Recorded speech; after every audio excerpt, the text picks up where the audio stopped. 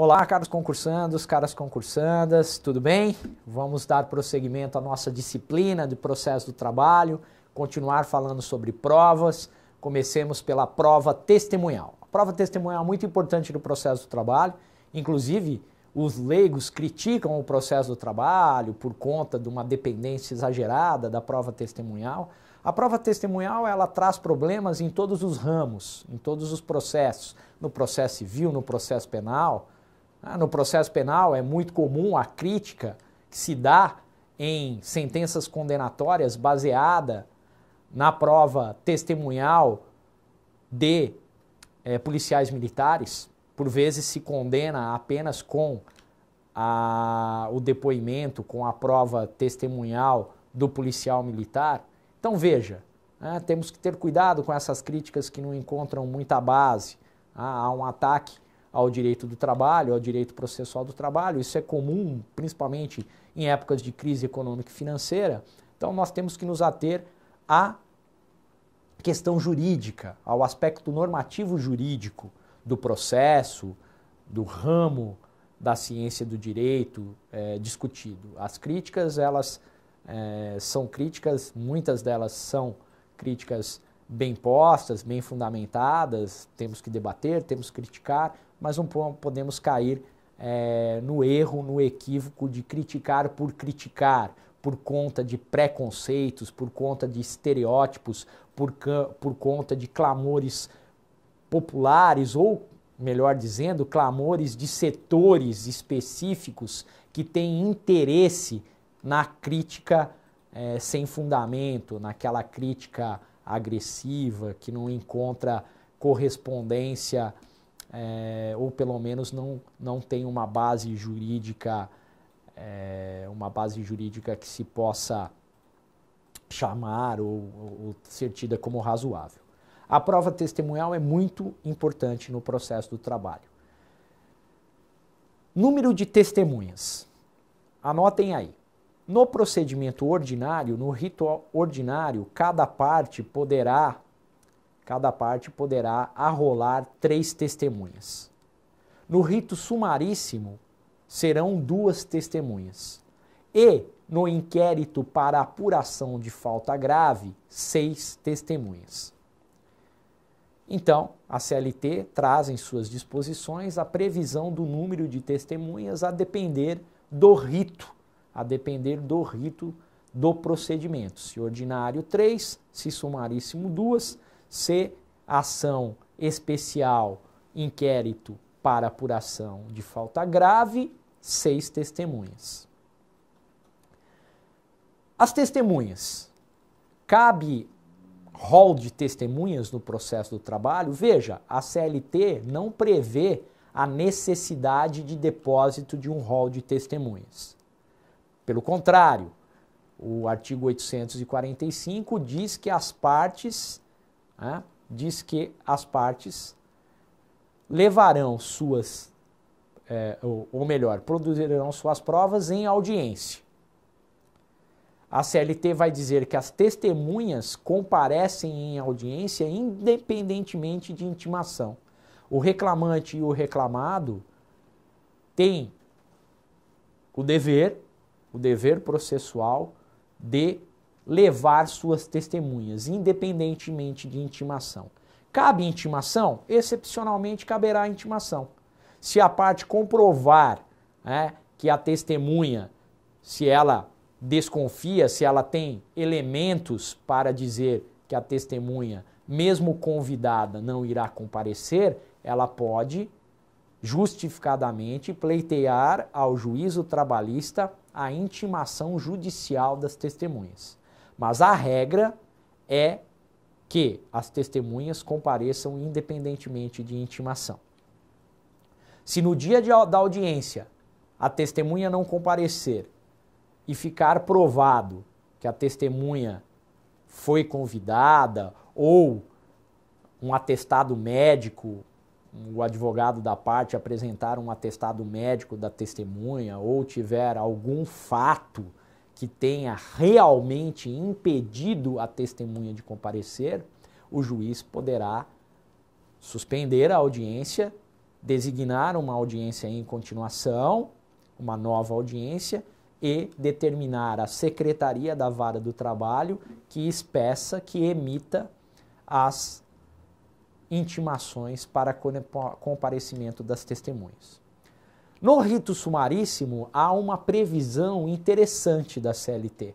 Ela diz que as partes poderão convidar as testemunhas e comprovar o convite.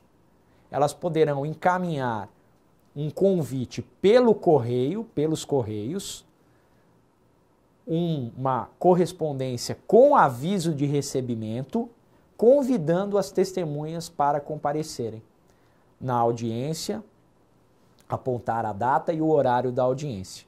Se as testemunhas não comparecerem, a parte apresenta o comprovante, o aviso de recebimento, comprova que a testemunha foi convidada, que ela foi cientificada e que ela não compareceu.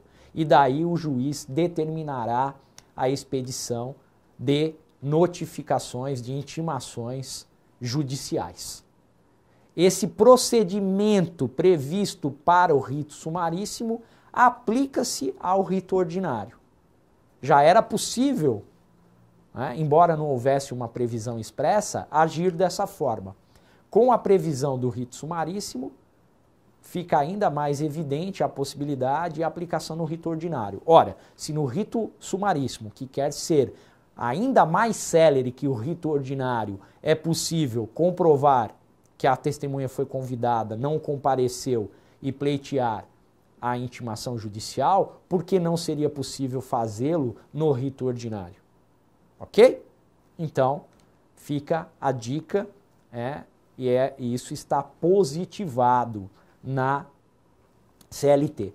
A testemunha que comparece para prestar depoimento no processo do trabalho, se ela for empregada, ela não pode ser penalizada pelo seu não comparecimento.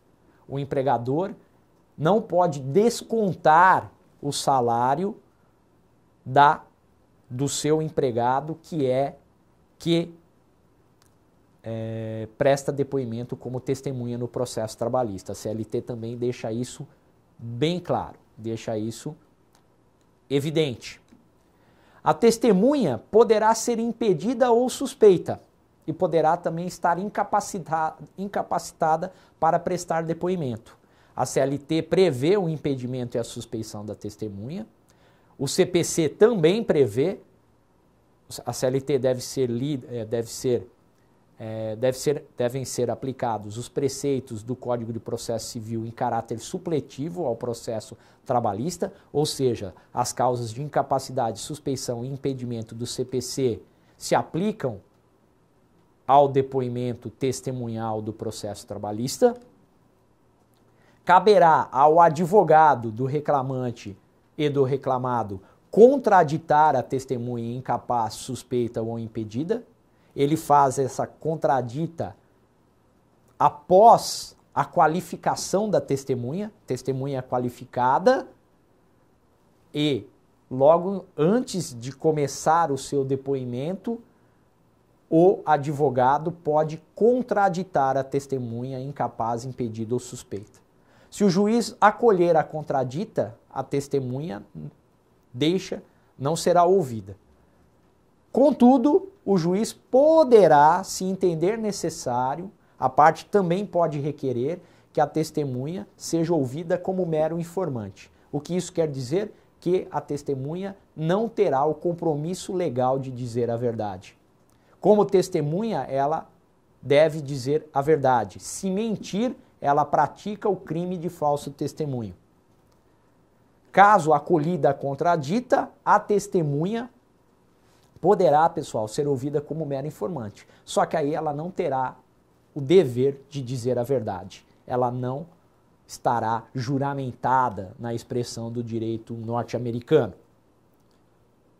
Ela estará dispensada do compromisso legal de dizer a verdade. Vamos ao quadro para visualizarmos as regras que tratam do depoimento testemunhal no processo do trabalho. Disciplina Legal, 821, Número de testemunhas, 3 testemunhas. No caso do inquérito para apuração de falta grave, 6. No procedimento sumaríssimo, 2 testemunhas. Artigo 852-H, parágrafo 2º da CLT. O 822 diz da proibição do desconto pela falta ao serviço da testemunha que prestar depoimento, como eu disse para vocês. É um munus público de interesse do Estado. O 825 vai dizer que as testemunhas comparecem independentemente de notificação ou intimação. Os juízes do trabalho levam muito a sério esse artigo, todos os artigos, né, pessoal? Mas aqui os juízes são bastante rigorosos, né? Não tem muita conversa, você tem que levar independentemente de intimação, essa é a regra. Contudo, o parágrafo único permite, né, que haja intimação judicial, o juiz de ofício, se entender necessária a oitiva daquela testemunha, ela é imprescindível, ela é muito importante, ou mesmo pelo requerimento da parte, e eu expliquei aqui hipóteses em que isso pode ocorrer, intimará judicialmente. Se a testemunha, mesmo assim, não comparecer, ela poderá ser conduzida coercitivamente. É o que diz. Poderá ser conduzida coercitivamente, pessoal, e poderá ser multada. É o que diz o artigo 730 da CLT. No sumaríssimo, a possibilidade de convite à testemunha, carta com aviso de recebimento, o que se aplica ao rito ordinário. O 828 vai dizer do compromisso legal, a testemunha ela se compromete a dizer a verdade, sob pena de crime de falso testemunho, se mentir, poderá ser processada por falso testemunho. Ela será qualificada, a CLT diz que qualificada pelo nome, nacionalidade, profissão, idade, residência, e se for empregado, quanto tempo de serviço presta ao empregador, há quanto tempo presta serviços ao empregador. O 829 traz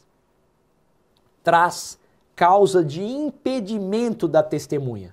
O 829 diz que a testemunha que for parente até o de impedimento e de suspeição. A testemunha que for parente até o 3º grau civil do reclamante ou do reclamado está impedida de depor.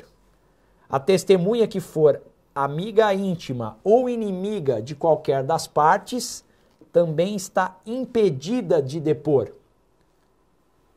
O 829 deve ser lido em conjunto com o 447 do novo CPC, que traz um rol muito mais amplo de causas de impedimento, de suspeição e de incapacidade. A CLT sequer fala da incapacidade da testemunha. O parágrafo 1º do 447 trará as causas de incapacidade. O parágrafo 2º trará as causas de impedimento da testemunha e o parágrafo 3º trará as causas de suspeição. Peço a vocês que leiam com atenção o artigo 447 do novo CPC. Possibilidade de contradita das testemunhas, previsão no artigo 457, parágrafo 1º do CPC, o que se aplica ao processo do trabalho. A testemunha menor, que é incapaz, e as testemunhas impedidas ou suspeitas, poderão ser ouvidas como meras informantes. Se forem ouvidas como informantes, a critério do juiz,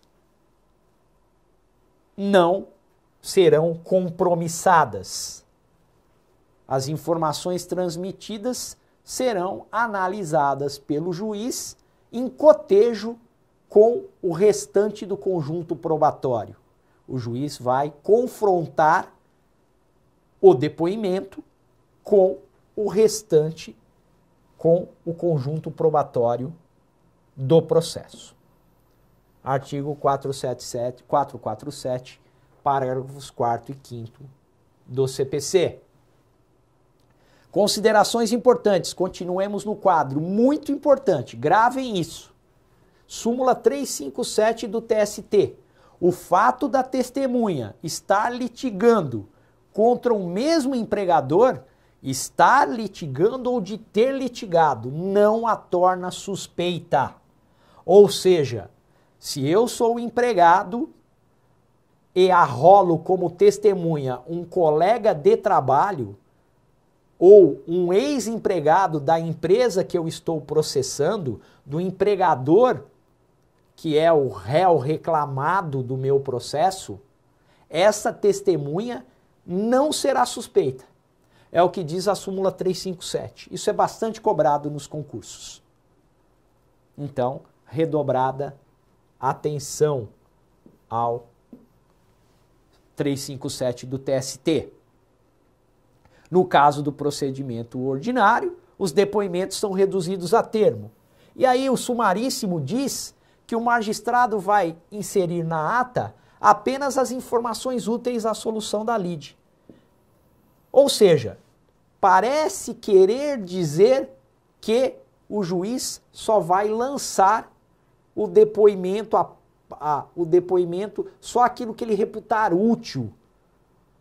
Do depoimento testemunhal só será lançado em ata aquilo que ele reputar útil. Veja, pessoal, na prática, o juiz lança a integralidade do depoimento. Tudo que for dito pela testemunha poderá ser importante. Não cabe ao juiz, até mesmo para evitar alegações de cerceamento de defesa, o juiz dizer o que é importante ou não. Até mesmo porque o juiz indefere as perguntas que ele entende impertinentes ou irrelevantes. E as partes podem protestar na ata de audiência em caso de indeferimento das perguntas. Protesta, pleiteia que sejam registrados os protestos em ata de audiência para que não haja alegação de preclusão e, caso a sentença seja desfavorável ao reclamante ou ao reclamado, o reclamante ou reclamado no recurso ordinário poderá alegar que o indeferimento das perguntas realizadas foi indevido, trouxe prejuízo às alegações e poderá pedir a anulação da sentença por cerceamento. Ok?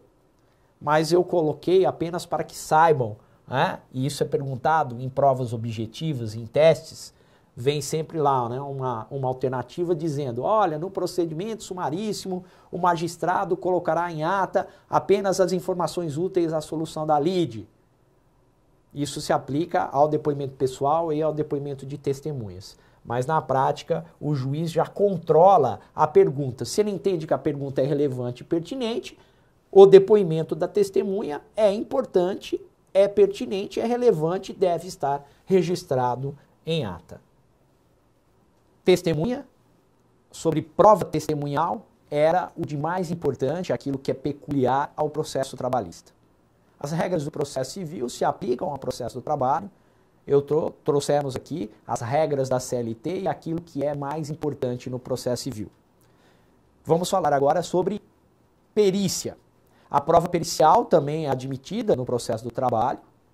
A prova pericial, ela traz elementos de ordem técnica, ou seja, o juiz e as partes são leigas e necessitam de uma prova de natureza pericial, uma prova produzida por intermédio de um laudo pericial, laudo de um engenheiro de saúde e segurança do trabalho, laudo de um médico do trabalho, laudo de um fisioterapeuta, laudo de um psicólogo. São várias as hipóteses, a depender do conflito jurídico estabelecido entre empregado e empregador, entre o trabalhador e o empregador, a depender do conflito, a necessidade de produção da prova pericial. A prova pericial, ela vincula o juiz? Não necessariamente. O juiz poderá confrontar a prova pericial com o restante do conjunto probatório. Poderá confrontar o laudo pericial com o depoimento das testemunhas, com o depoimento pessoal das partes, com os documentos juntados ao processo e poderá concluir que a prova pericial não serve à sua convicção. Obviamente que no mais das vezes essa prova pericial ela é acatada pelo juiz. A prova pericial poderá ser infirmada pelos assistentes técnicos do reclamante e do reclamado, que também são peritos. Eles poderão discordar do perito do juízo, do laudo pericial produzido. É possível ao juiz do trabalho fazer duas perícias sobre o mesmo objeto? Possível. O CPC traz essa possibilidade que se aplica ao processo do trabalho. O segundo laudo substitui o laudo anterior? Não, não substitui. O juiz verificará os dois laudos. E se o segundo laudo contrariar o primeiro? O juiz vai verificar quais são as contradições, vai apontá-las, vai fundamentar a sua decisão. Mas não é que o segundo laudo substitui o primeiro. Os dois têm o mesmo significado, trazem implicações jurídicas. É uma questão de comparação, é uma questão de cotejamento da prova pericial produzida. O que é importante também que vocês saibam, anotem aí, que se a ação trabalhista trouxer pedido de adicional de insalubridade ou de periculosidade, a prova pericial será obrigatória. Artigo 195, parágrafo 2º da CLT. Quem realiza a perícia? A CLT vai dizer que é um engenheiro ou que é o médico do trabalho. Na verdade, é o profissional que tiver conhecimento técnico acerca do objeto controvertido da lide. O engenheiro de segurança do trabalho pode produzir um laudo acerca de uma questão de medicina do trabalho? Pode. Se ele tiver conhecimento para tanto, não há uma proibição, não há uma vedação. A jurisprudência diz que o engenheiro pode produzir um laudo pericial em que analise questões da medicina do trabalho. E o contrário também é verdadeiro. Um médico do trabalho poderá produzir um laudo pericial que analisa pontos de engenharia de saúde e segurança trabalhista.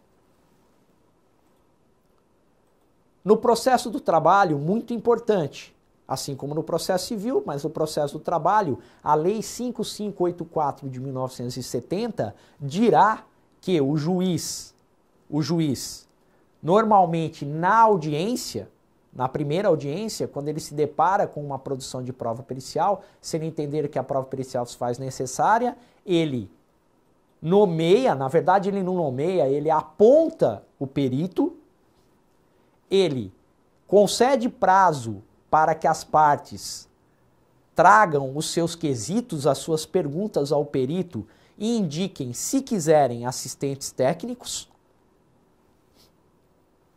Aqui faço uma ressalva. No procedimento sumaríssimo, não é possível a indicação de assistentes técnicos. No procedimento ordinário, sim.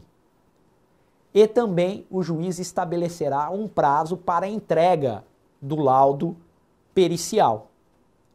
Na sequência, uma vez entregue o laudo pericial, ele também estabelecerá, já deixará previsto o prazo para que as partes digam sobre o laudo. Normalmente ele estabelece um prazo comum de 5 a 10 dias para que as partes se manifestem sobre a prova pericial produzida, sobre o laudo pericial. São todas regras típicas do processo trabalhista. Outra peculiaridade do processo do trabalho se relaciona com os honorários do perito. Os assistentes técnicos são assistentes técnicos das partes. Eles são parciais. Os assistentes técnicos são remunerados pelo reclamante e pelo reclamado. O perito será os honorários do perito serão suportados pela parte vencida, a não ser que ela seja beneficiária da justiça gratuita. Caso ela seja beneficiária da justiça gratuita, a União Federal, o Estado, remunerará o perito, pagará os honorários periciais de acordo com uma tabela que traz os valores a serem pagos para o perito, em caso de perícia. Nas ações trabalhistas que envolvam relação de emprego, prestem bastante atenção. Nas ações trabalhistas decorrentes da relação de emprego típica, não cabe adiantamento de honorários periciais. É o que diz a lei número 5584 de 1970. Nas outras ações que decorram de relação de trabalho, exceção à relação de emprego, é possível ao juiz do trabalho exigir o depósito de honorários periciais prévios. Ok? Vamos ao quadro para podermos rever e fixar as considerações tecidas sobre a prova pericial. Prova técnica pode ser requerida e também no processo do trabalho, eu não falei, mas o juiz pode determinar de ofício.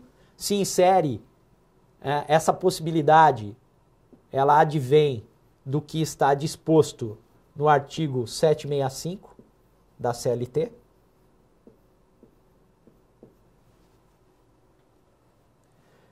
A perícia. A prova pericial é obrigatória se houver pedido de adicional de periculosidade ou de insalubridade. O juiz não está vinculado ao laudo. Os artigos 479 e 480 do CPC, que se aplicam ao processo do trabalho, deixam isso claro.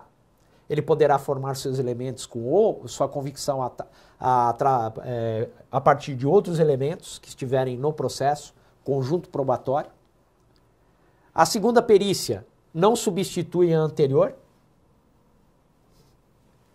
O artigo 3º da Lei 5584/70 diz que a perícia será realizada por um perito nomeado pelo juiz.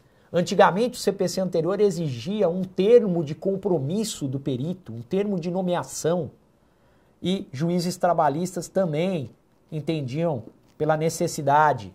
Hoje não. Hoje basta ao juiz, a nomeação se dá em audiência, na ata de audiência, ele aponta quem será o perito e não se exige uma solenidade, uma formalidade para a nomeação desse perito. Fixa um prazo, é fixado para entrega do laudo, as partes poderão nomear assistente técnico, apresentar quesitos. As causas de suspeição e impedimento se aplicam aos peritos do juízo, diz o CPC, o que se aplica ao processo do trabalho.